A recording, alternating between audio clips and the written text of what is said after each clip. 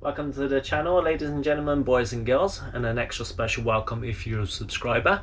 I'm both delighted and excited to welcome you on board this Jeanneau Sun Odyssey 40 interior tour.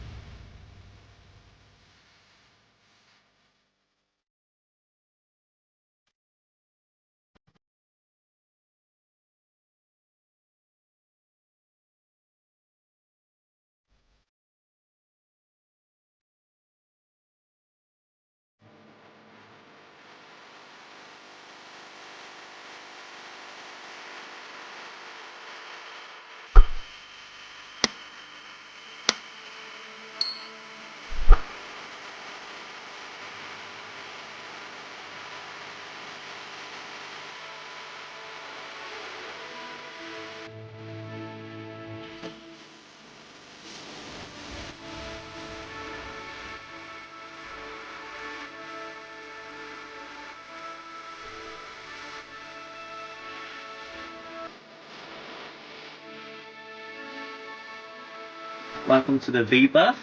It starts off as a single size bed and goes up to a king size. We have a hanging locker there, shelf storage in there, and we also have a hanging locker on the other side. Here we also have storage along here as well. We also have above us an escape hatch as well, so if there's ever an emergency we can fit through there. And then we also have another smaller window here as well. Behind the door we have a full-size mirror. We also have a little bench just there which you'll show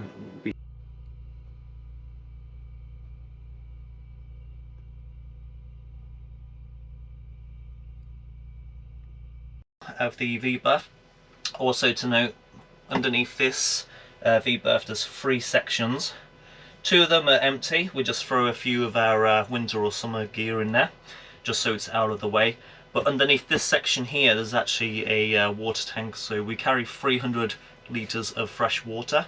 They're split into 2 tanks, so one's below here, another one is in the back cabin, and then on the other side we have fuel, and fuel we can carry 140 litres. You have a hanging locker here. I also added 2 hooks for some jackets here. Recently as well we went to see the Harlem Globetrotters, so got a little bit of merchandise there. But we also keep a carbon monoxide detector, fire extinguisher, and then there's a bench here. There is storage inside here as well. Keep a fan up here as well. The final part of the V-berth. So we have a hanging locker here. Here's another one of my print-on-demand designs. We also have a shelving unit here as well. We've got a tabletop and then also more storage below.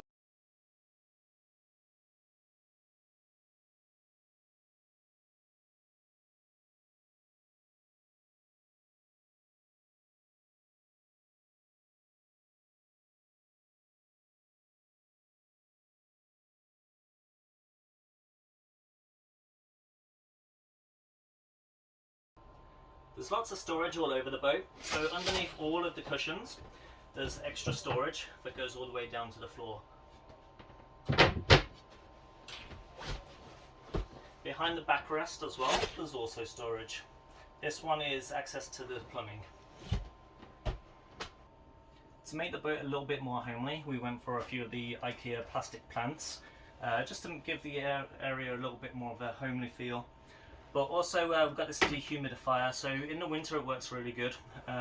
It's easier to heat up drier air than it is moist air. So if you're having a shower at night time, or you're cooking and you're putting steam and moisture into the air, it's harder to heat, and also it also feels a little bit damp. So by having a dehumidifier and the heater running, it feels great. Now this table drops down to make another double bed, so when we have visitors over we tend to put them here rather than the back cabins, because the back two cabins, one is basically my girlfriend's storage, the other one is the dinghy. It's got this paddle board in. It's basically a garage. So this drops down, makes another double bed. It's quite easy to do. If you are going to get a Sun Odyssey, I do recommend you just using the cushions for one side and putting a plank of wood over, because it makes a very nice chill zone, and if you're a little bit hungover on a Sunday, it's quite nice to have a little power nap on.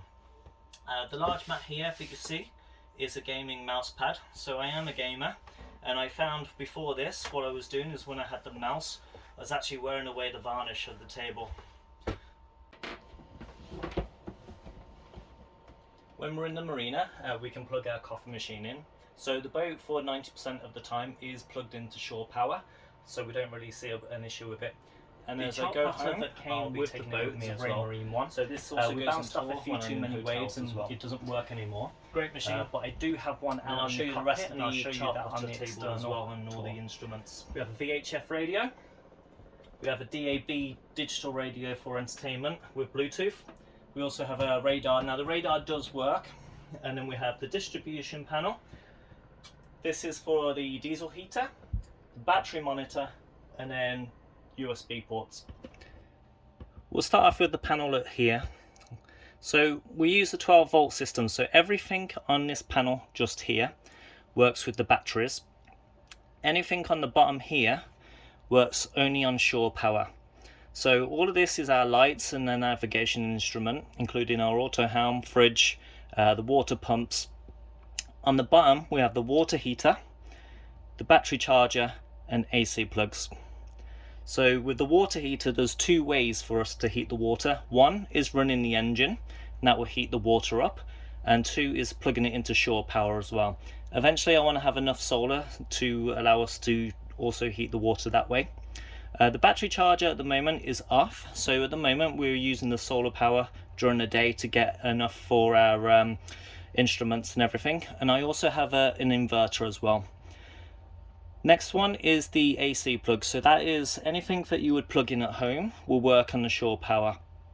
Now I do have an inverter, so I do have a special plug which I'll show you in a little bit. Here is one of the first add-ons that I made, which was USB ports to charge things. Also has a cigarette lighter as well, so over time technology changes, so you can see these are the standard kind of rectangle USB ports. The newer ones are the smaller ones, the USB-Cs. So I wanted to be able to swap them over and just get a cigarette lighter with that technology. This is our Victron battery monitor, so it tells us how much our batteries have, how much we're using, and how much we're putting in. I also added that on. This is a diesel heater, so it is one of the cheaper Chinese heaters. I did have originally a Webasto diesel heater in there, which was a 5 kilowatt one. Now it stopped working, and all the parts in there are really expensive, so for the sake of £100 I thought I'd give it a go. I upgraded the old Sony CD player to this Pioneer one. It has DAB digital radio on as well, so we can get some good services on there. The only downside is the Bluetooth range for phones isn't very long, so I have about 3 meters, so that means I can use the Bluetooth for music inside, but the moment I take my phone outside it disconnects. Underneath here we have our Bristol Channel map pack charts. So we do get them out and we do mark them off every hour as we go along the way, just in case for some reason our chart plotter doesn't work. We do that because this one did break, and that was at the time when we didn't have Navionics on our phone or tablet, but we got them and why not. And then I also have the almanac as well, which is very good resources for finding marinas and information.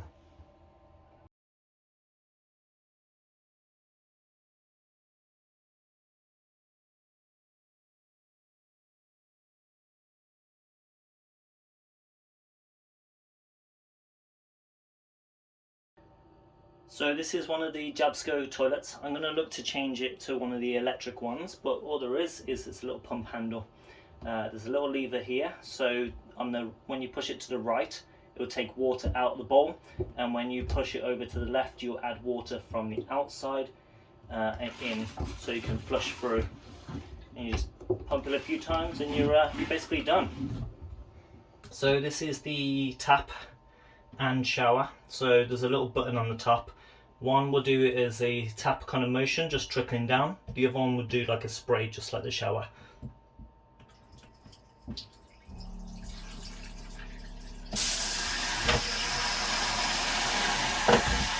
So to do the shower, you literally just lift it up, and then there's a little holder just at the top, and it goes in there. And then we have this waterproof toilet roll holder, which I actually installed. And then we have this bench as well. So the bench just goes up and you can shower. And this little switch here gets the water out. There's storage behind the mirror and in the cupboard. I also installed this tube heater as well, because it gets cold in here in the winter. And then these are just little plastic plants. So in the Galley, we have this little device here that tells us how much water there is. So just by pressing the button, the LEDs will show up, and we have 2 tanks totaling of almost 300 litres. So you can see I need a little bit of a fill up, and I'll show you how we do that. And this is how we fill the tanks up. Literally just a garden hose on the back, and it goes all the way up. There's one of the panels. I'll show you a full tour later on. But basically this is the deck for the cap. So I let the tap run for a little bit first, and then I put it in. Usually I wash the boat down first and then I'll refill the water on. But because we went sailing last week, the boat's pretty clean already. And I just put them over here so they don't fall in. There we go, easy as that.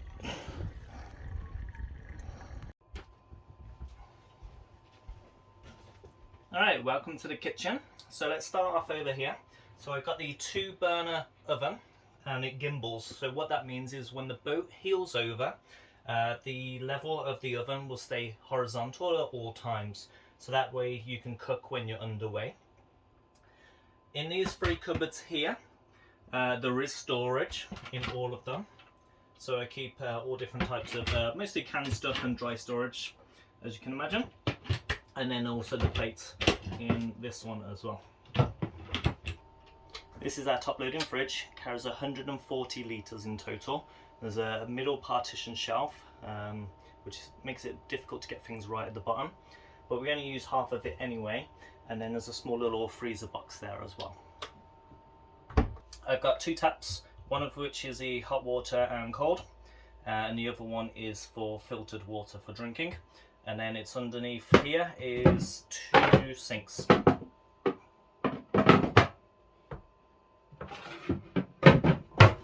So here's the Galley from a different angle.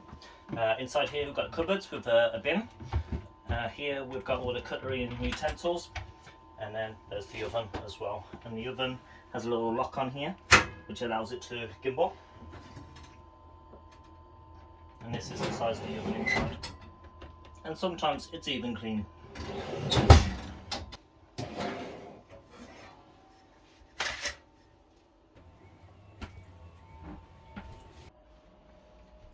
Okay, underneath the companionway stairs, there is the engine So the engine model is the Volvo Penta 2040. It's a 39 horsepower engine.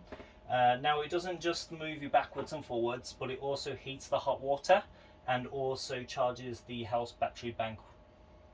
As we sit facing the door, you got access here for the engine, so for the servicing. So we've got the filters here.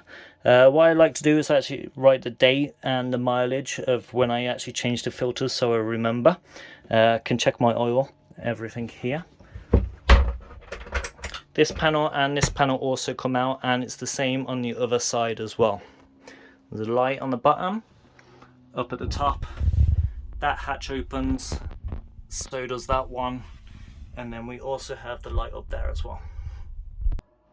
Okay, so below the benches, underneath you have house battery banks, so there's two on the other side, and then also underneath here you have, this side is the fuel tank, the other one is water. Thanks for watching. I appreciate your comments, questions and feedback, and if you subscribe, a few weeks time you'll see the exterior tour. If you like wild camping, outdoors stuff, let me know and I'll make some more videos for you. Have a great day.